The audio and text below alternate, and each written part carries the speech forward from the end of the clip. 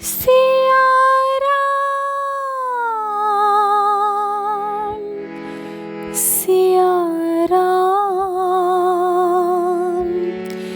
सिया राम, सिया राम, सिया राम, सिया राम। श्रीमद् वाल्मीकि रामायण के अयोध्या कांड का 28वां सर्ग। सीता जी से वन के कष्टों का वर्णन करना।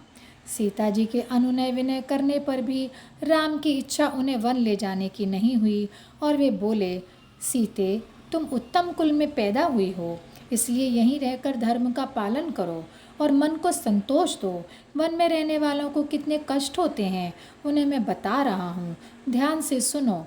हे सीते, पर्वत की गुफाओं में रहने वाले सिंह तथा बाघ जब जोरों से गर्जन करते हैं तब गर्जना सुनने में बड़ी दुखदायिनी प्रतीत होती है।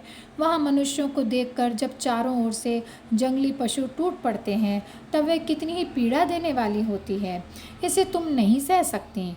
वहाँ सूखे पात्रों को भी अपना आसन बनाकर सोना पड़ता है और कटीले मार्गों से चलना पड़ता है तथा अपने से ही गिरे हुए फलों को ही आहार बनाना पड़ता है। इसलिए समझ लो कि वन का जीवन दुख ही देने वाला है। सीते, वहाँ शक्ति के अनुसार उपवास भी करना पड़ता है और देवता पितरों की विधि पूर्वक पूजा भी करनी पड़ती है। वनवासी को तीनों समय स्नान करना होता है, इसलिए वन बहुत ही कष्ट देने वाला है। जानकी, वन में प्रचंड आंधी, घोर अंधकार और अन्य बड़े बड़े भय प्राप्त होते हैं। पतंगे, बिच्छू, कीड़े, डांस और मच्छर वहाँ सदा ही कष्ट पहुँचाते रहते हैं। वहाँ क्रोध और लोभ को त्याग देना होता है, तपस्या में मन लगाना पड़ता है, इसलिए समझ लो वन में दुख ही दुख है।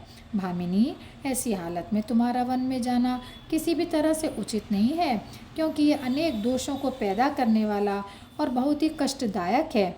इस तरह जब महात्मा राम ने उन्हें वन में ले जाने का विचार नहीं किया तब सीता जी उनसे दुखी होकर बोलीं। और यहीं पर यह अध्याय समाप्त होता है। जय सिया राम, जय सिया राम, जय सिया राम।